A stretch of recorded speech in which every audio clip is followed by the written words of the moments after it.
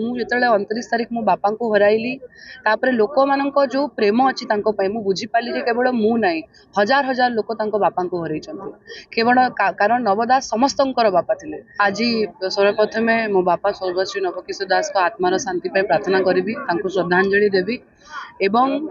से स्पोर्ट्स रो बहुत स्पोर्ट्स भल लगुला मुझे सब बेले कही आसी से सब बेले सका 5टार उठुले योगा करुले रनिंग करुले जिम करुले काम स्टार्ट करुले तो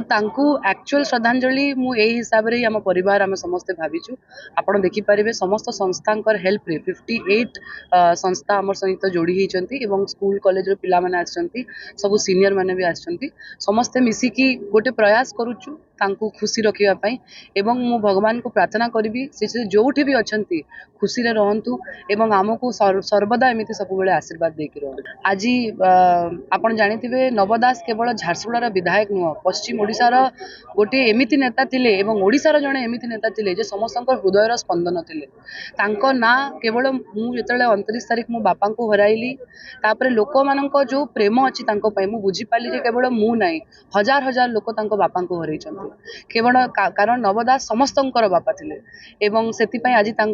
स्मृति को सर्वदा समस्त हृदय रखापी आम प्रतिमूर्ति एसपी छक आज उद्घाटन करुचु जहाँकि समस्त झारसुगुड़ा परिवार झारसुगुड़ावासी द्वारा हेब एवं तापर गोटे